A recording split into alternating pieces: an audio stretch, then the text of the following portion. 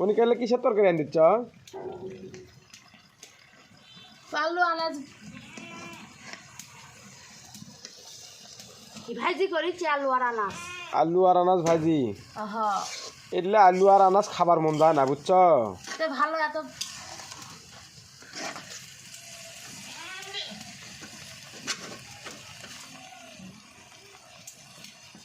পাবেন কোনটি ভালো এত খাবার কোন?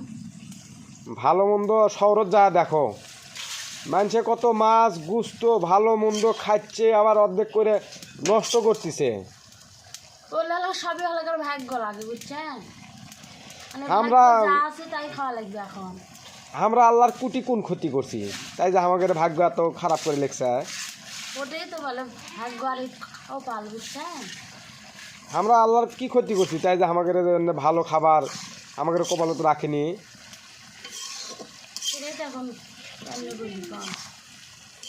এলে আলু আর আনাজ এলে আর খাবার মন্দ আনা না, ভালো মন্দ মাছ গুস্ত এত পরিশ্রম করি সারাদিন, এলে আর খাবার মন্দ আনা হওয়ার এক পরিশ্রম তো হতিছে। আপনি মাছ খেলে যে আপনি কিস্তি আছে, এই কিস্তি খেলা যায় ওরা, কিস্তি যে কদিন পরিশোধ হবি?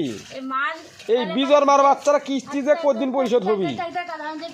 ইনকাম হচ্ছে আপনার স্ত্রীর হইতে আমার মোট টাকা পুড়ে যাচ্ছে। এখন ভালো মন্দ এমনি খাবেন না তো কম।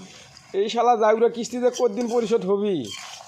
এই হচ্ছে আমার জম জম আজরাইল। আল্লাহ এখন জাম খাওয়া পায় তাই খাওয়া লাগবে।